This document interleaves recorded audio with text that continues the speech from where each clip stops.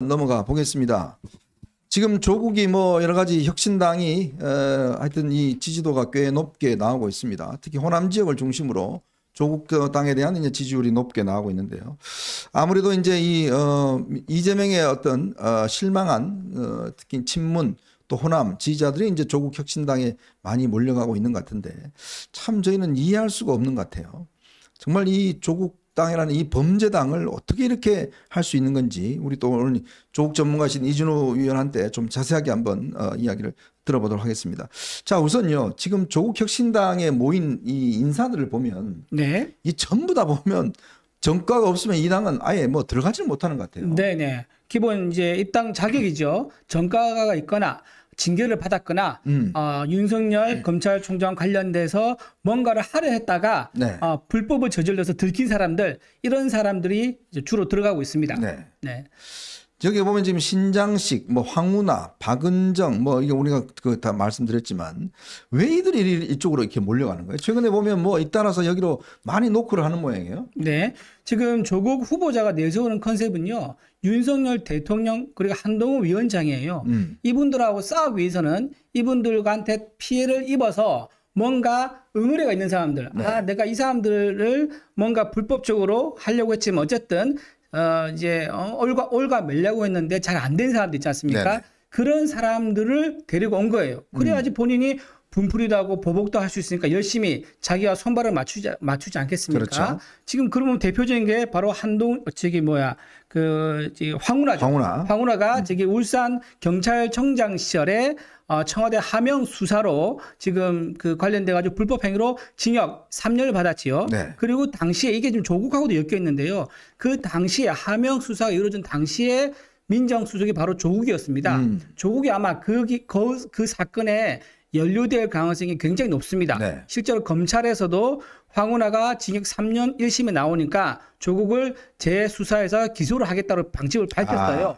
그러다 보니까 그러면 황운하야 일로 와라. 나랑 같이 있으면은 내가 재판에 지연의 노하우가 있으니 같이 생명을 연장할 수 있다라고 해서 이제 부른 것 같고요. 신장식 이분은요. 그 가짜 뉴스의 기술자 아니겠습니까? 네네. TBS하고 MBC에 있으면서 가짜 선동 뉴스를 많이 이제 방송했었고요. 이 경고가 누적되니까 방송사 문 닫게 생겼어요. 네. 그래서 쫓겨났습니다. 이제 그런 사람을 조국이 데리고 왔어요. 그것도 음주운전 1회에다가 무면허. 사람들 뭐 무면허 상상도 하기 어렵잖아요. 네. 무면허 3번이나 한 사람이에요. 그런 전과자를 데려와가지고 오로지 눈 딱 감고 나랑 같이 윤석열과 한동훈을 공격하자. 이 범죄 모의를 하고 모여있는 정당이라 그렇게 말할 수 있겠습니다. 네. 자, 그렇다면 이제 조국이 지금 보면 징역 2년을 선고받았잖아요. 네. 근데 지금 이제 확정이 되면 이제 곧 교도소 가야 되지 않습니까? 네. 그렇다면 이 조국이 과연 이 정당을 해서 어떤 지금 이득이 있을까라는 좀 생각이 들잖아요. 네네. 예를 들어서 뭐 어차피 본인은 가버리면 비례대표 뭐 이거 이제 순번 정해서 제가 볼 때는 아마 2번 할 것 같은데 네. 당선 가능 있는 번호요. 네네. 2번 할 것 같은데 그럼 본인 가버리면 사실 아무 소용이 없잖아요. 그렇죠. 근데 네. 왜 이렇게 정당까지 창당하려는 거죠? 본인은요, 재판 지연의 기술을 알고 있어요. 아, 기술을 알고 있다. 그렇죠. 예. 그리고 본인 실제 지금 본인 재판 기소하고 재판 결과 나오기까지가요. 네. 4년 정도 걸렸거든요. 그렇다 그러면 본인이 만약에 이번에 당선돼서 국회의원이 된다 그러면은 국회 법사위에 들어가지고 아, 법사위에. 그렇죠. 좀 더 직접적인 영향력을 발휘해서 자기 재판을 지연시키는 방법을 알고 있는 겁니다. 그래서 조국이 했던 얘기 중에서 이 얘기했어요. 내가 당선되면 하루를 할지 1년을 할지 3년을 할지 알 수 없다 이렇게 말했지만은 여기서 방점은 3년이에요. 3년을 본인은 이론적으로 내가 가면은 3년까지 늦출 수 있다라고 자신하고 있는 겁니다. 그럼 왜 3년이냐? 3년 뒤는요.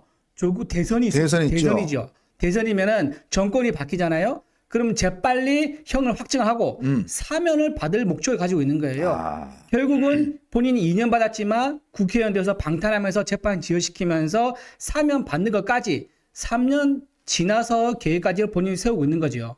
아니 근데 재판 지연 전략이 통할까요? 저는 그건 한계가 있다라고 보는데 김명수 대법원이라면 통합니다. 근데 그렇죠. 지금 이제 대법원이 조희대 대법원장으로 바뀌고 조희대 대법원장이 이제 인사청문회에서 가장 강조했던 게 재판 지연으로 인한 법원의 문제점 이게 고쳐야 될 가장 큰 폐해다 이렇게 얘기를 했어요. 그래서 최대한 이제 신속 재판을 가는 것인데 지난 2월이었죠. 조국의 그 항소심 실형 2년 선고된 거. 그러니까 지난 2월부터 시작했고 하면요. 정상적이라면요. 대법원은 사실심이 아니라 법리심 아닙니까? 네. 올해 안으로 확정 판결이 나야 되는 거예요. 그런데 조국은 이런 거겠죠. 자기가 그래도 배지 달고 국회 법사에 들어가서 뭘 하면은 조희대 법원이 그걸 좀 신속하게 처리하려고 해도 어느 정도 연기하는 효과는 거둘 수 있을 것이다. 이렇게 지금 하는 거 생각하고 있는 것 같은데 근데 여기서 이제 대법원이 이런 거에 대해서는 정말 칼같이 해야 됩니다. 지금 거기까지 뭐 사실관계가 다 입증이 다 된 거 아니에요. 그다음에 정경심 확정 판결까지 다 난 거 아닙니까? 정경심과 조국 입시 비리에 있어서는 공범 아닙니까? 근데 정경심의 그 입시 비리 혐의가 지금 그 대법원에도 확정 판결까지 난 거 아니에요. 이걸 질질 끌면 안 된다. 그러면 이게 또 정치라고 하는 이 수단을 통해서 우리 법의 지배라고 하는 이걸 농락하는 법치 농단이 되는 거예요. 그래서 저는 이제 조희대 이제 법원에서 여기에 대해서 굉장히 원칙적인 자세를 견지를 해야 된다 이렇게 보는데 근데 조국이 노리는 건 또 하나 있죠. 뭐냐면 자신의 확정 판결을 좀 늦추는 것과 더불어서 일단 조국이 뭐라고 그랬어요? 비법률적 방식으로 명예회복하겠다 그랬잖아요.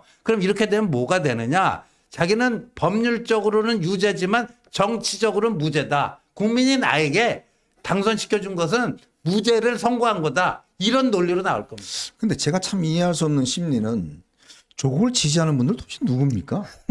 네? 정말 이해가 안 돼요. 그 상식과 이제 공정, 정의가 통하지 않는 이제 그런 지금 세상이 온 것 같아요. 참 걱정스러운데요. 일단 조국을 지지한 세력은요, 민주당에서 이제 옮긴 세력입니다. 뿌리는 민주당이죠. 네. 민주당의 뒷뿌리가 친문, 친명, 호남인데 워낙 이재명이 공천 학살과 잔인한 권력을 행사한 것 때문에 실망한 민주당 지지자들이 이재명은 싫어. 그럼 내 표를 어디 주지? 내 마음 어디 두지? 둘러보다가 보이는 게 이낙연하고 조국밖에 없는 거예요.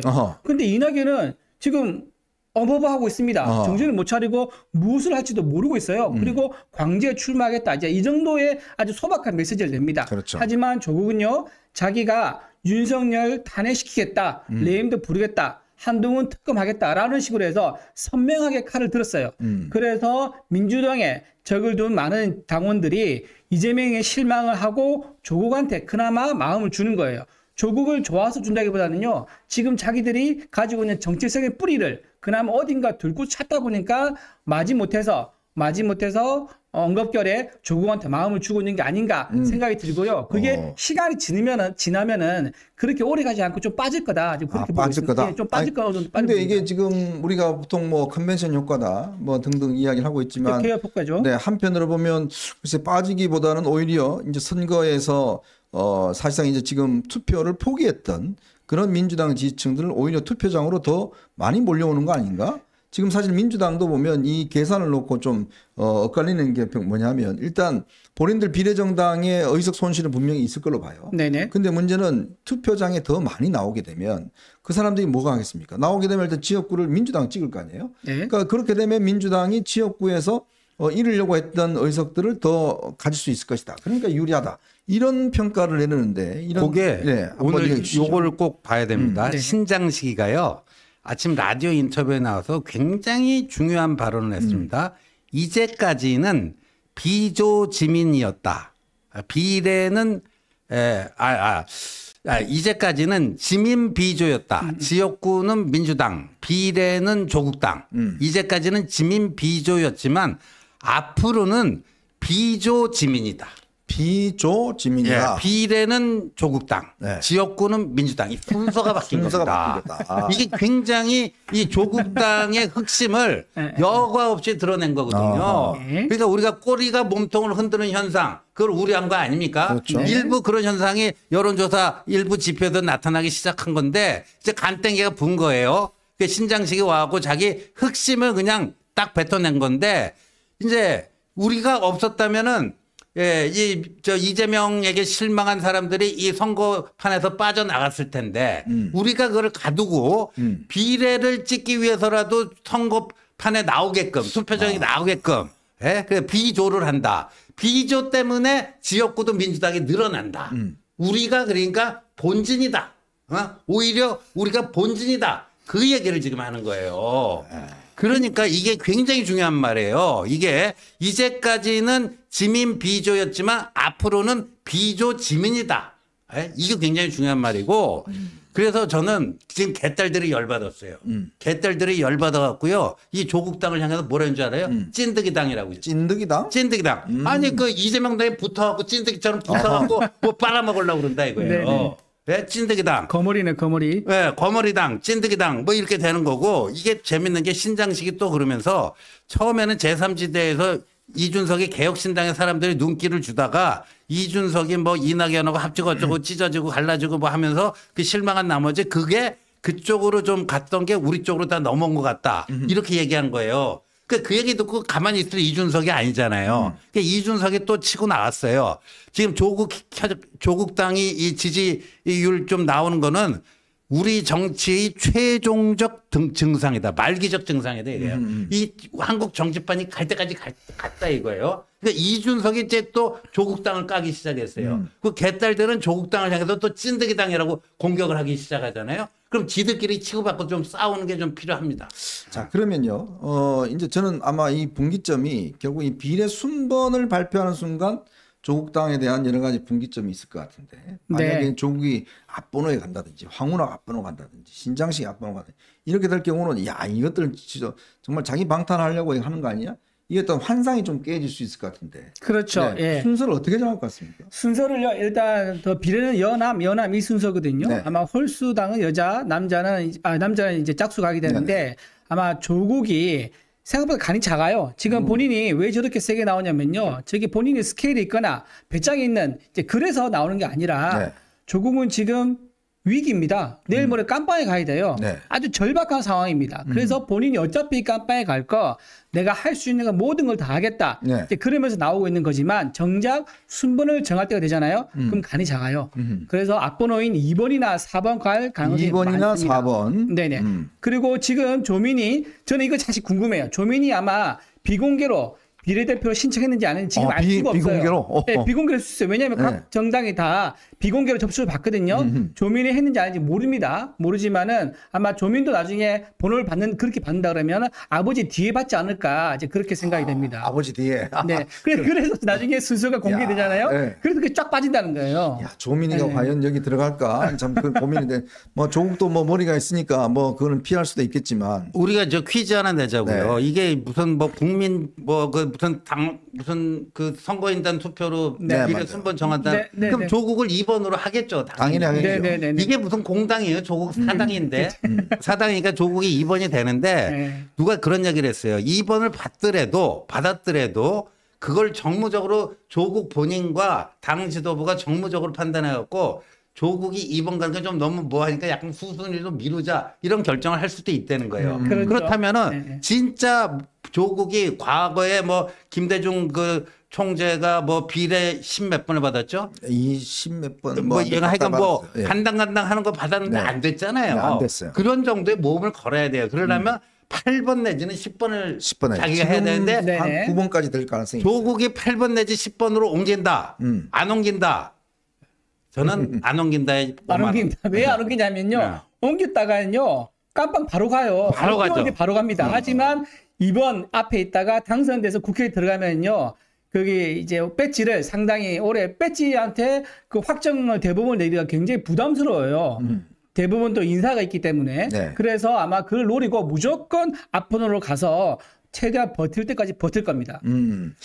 자, 이제 뭐 조국의 이런 어떤 흐름들 이거는 뭐 다 이제 지금 그냥 알려져 있고 과연 이게 이제 언제 꺾이느냐의 문제인데 문제는 이제 우리가 어떻게 대응할 것이냐 문제 아니겠습니까? 그렇죠. 과연 이 조국 정당의 실체에 대해서 국민들이 좀 환상을 깨는 거. 지금 저는 좀 이해할 수 없는 게 이제 호남에서 특히 광주에서 꽤 이제 이 조국의 인기가 있는 이유는 결국 이제 아마 이 이재명에 대한 조금의 실망감 뭐 이런 게 있는 것 같아요. 제가 어제 이 분석을 해보니까요.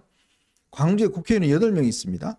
다 초선이에요. 딱 한 명이 제 1.5선이에요. 송갑석 1.5선이거든요. 이번에 다 날아갔잖아요. 민영배 그렇죠. 빼고. 네. 그러니까 싹 다 싹쓸이 한 겁니다. 네. 근데 송갑석이요. 작년 21대 총선에서 87%인가 뭐 9% 와. 받았어요. 어우. 전국 2등 했습니다. 네. 네. 자, 그런데 이 광주의 유일한 보궐선거 출신 2선이에요. 재선인데 여기마저 날아간 거예요. 근데 광주 북구 어른 보니까요. 여기는 20년 동안 한 번도 재선이 된 적이 없어요. 그러니까 이게 싹쓸이 하는 겁니다. 그러니까 뭐 한 번 하고 그냥 다 잘라버리고 이러는데 이게 이제 보니까 정말 이 개딸들이 아주 집중적으로 이게 하는 것 같은데 자, 저는 그런 생각이 들어요. 광주가 이 조국과 이재명의 가스라이팅 된 거 아니냐. 그렇죠. 맨날 표만 주고 자기들은 그러니까 이런 생각하는 거예요. 조국도 그렇고 이재명도 그렇고 당신들은 어차피 우리 가면 표 주는 사람이야. 그다음에 아무런 배려. 지금 광주 출신의 정치인이 있습니까 누가? 그러니까요. 중앙 정치인이 누가 그렇죠. 있어요? 네. 아무도 없어요. 네네. 근데 결국은 이 광주 분들이 호남 분들이 조국하고 이재명한테 가스라이팅 당하고 결국 얻는 건 하나도 없고 그러니까 이런 것만 벌어지는 거예요. 그러니까요. 그렇죠. 바로 그러니까 호남이 굉장히 뭐라고 할까 정치적으로 가장 의식이 높고 전략적 투표도 어느 지역에 비해서 비교해 봤을 때 가장 잘하고 뭐 이렇게 알려져 있는데 사실 그거는요. 좀 한계가 있는 말이에요. 지금 뭐 우리 현정님이 얘기한 것처럼 가스라이팅이라는 표현도 어느 정도 통한다. 이재명에게 조국에게 과연 그렇게 해가지고 뭐가 호남 발전을 위해서 또 김대중과 노무현이 얘기했던 진정한 민주주의의 신장을 위해서 지금 조국과 이재명이 계속해서 정치판에 남아서 역할을 한다면 그게 과연 김대중이 꿈꾸었던 민주주의의 뭐 발전과 성숙이겠는가? 저는 그 반대라고 봅니다. 네. 예. 옛날에는 그래도 뭐 천정배라든지 뭐 그래도 광주 출신의 뭐 국회의원들이 좀 있긴 있었는데 지금은요 여러분 이름 들으시면 아는 사람 한 사람도 없습니다. 민영배 빼고는요. 다 뭘. 근데 이 사람들 다 싹쓸이 이번에 해버렸어요. 이번에 들어온 사람들 제가 볼 때 다음에 또 보면 싹쓸이 됩니다. 이런 식으로 광주 정치가 황폐화되면요 아무것도 되지 않습니다. 그 제가 말씀드리는 게 속지 말라는 거예요. 이 조국과 이재명한테 속지 말라. 이제는 본인들 스스로 뭔가 이제 역량을 키우고 광주의 정치인들 키워야 되는데 맨날 영남 출신 지금 저 조국하고 지금 이재명한테 지금 놀리킴 당하는 거 아니에요. 그렇죠. 지금 조국 같은 경우요. 저희가 잘 봐야 되는 게 거기에 끌려가지 않는 세대가 있습니다. 그 세대가 바로 20대예요. 맞아요. 우리가 지금 의외로요 20대가 뭐 모르고 어릴 것 같잖아요. 그렇지 않습니다. 20대가 자기 소신 뚜렷해요. 왜냐하면 20대는 자기가 노력한 만큼 받는 거에 대해서 굉장히 예민하고 공정에 대해서는요 아주 중요한 가치로 받아들이는 그러네. 세대입니다. 네. 하지만 지금 조국을 지지한 세대가요 약간 40, 50대 세대거든요. 근데 이 세대들은요 본인들이 성장할 때 조금씩 반칙을 오랫동안 경험했던 세대들이에요. 그때 당시에는요 정보통신기술이라든가 블라인드라든가 이런 제도가 잘 안 갖춰졌던 세대입니다. 그러니까 아는 사람 통해서 또는 사바사바에서 연문 뒷문 이렇게 해서 네. 들어갔던 거를 조금씩 다 경험했던 세대들이에요. 맞아요. 그러니까 약간 도덕적 기준이 좀 낮습니다. 네. 공정에 대한 의식도 좀 낮죠. 하지만 20대는 요즘에 굉장히 투명하고 블라인드에다가 오로지 실력으로만 평가받는 세대에 있다 보니까 이 20대 친구들은 도저히 이해할 수가 없는 거예요. 조국 자녀가 저렇게 입시 부정과 문서 위주로 들어가고 사기를 쳤는데도 어떻게 지지할 수 있느냐. 이거는 말이 안 된다. 그래서 20대 세대들이요. 지금 투표장에 많이 나오는 게 우리한테 굉장히 중요해요. 공정과 상식을 소중한 가치로 여기기 때문에요. 자, 우리가 즉시 설문조사를 해봤습니다. 네. 조국이 비대변호를 과연 몇 번 받을까요? 라는데 1번이 2번 받을 것이다. 64%, 네, 네. 4번 받을 것이다. 21%, 8번에서 10번 받을 것이다. 8%, 그 다음에 6번 받을 것이다. 5%, 한 1000분 정도가 참여를 해주셨는데 이분이 한번 압도적이네요. 결과 한번 궁금해지는 것 같습니다.